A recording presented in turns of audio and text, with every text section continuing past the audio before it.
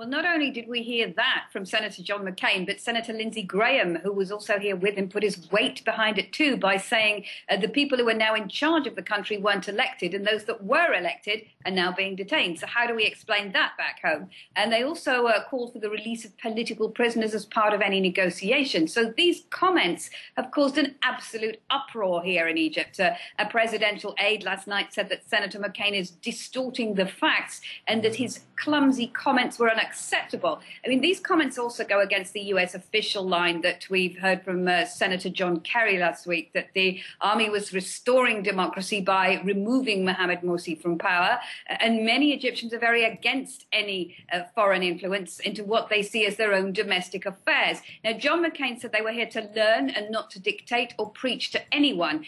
But a lot of Egyptians see these statements as the U.S. telling them what to do, and they're very angry about that. And that has really exacerbated the anti-U.S. feeling here.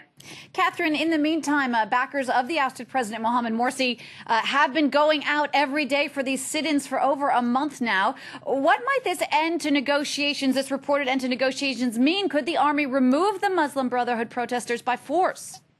Well, the Morsi supporters are still carrying on with their sit-ins near the Rabaa al-Adawiya Mosque and outside Cairo University here in Cairo. They say they're not backing down. They won't give up until Mohamed Morsi is reinstated and what they call a military coup is overturned. But the authorities here do seem to be losing patience. They've been warning for some days now that the police will move in and break up those sit-ins. We're expecting a speech from the interim president, Adli Mansour, later on today, and we're expecting him to say that all foreign mediation attempts have failed. Now, that could indicate that a police crackdown on those sit-ins is imminent. Now, last night, one person died and at least 35 were wounded during clashes between the supporters and opponents of Mohamed Morsi in Alexandria. That's Egypt's second largest city.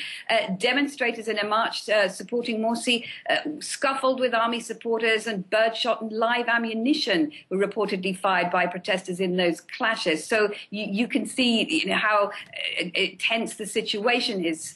We've also been expecting the security forces to disperse the sit-ins by force, but the Eid holiday is due to begin here tomorrow, and I think it's unlikely that they'll move in until after that holiday is over.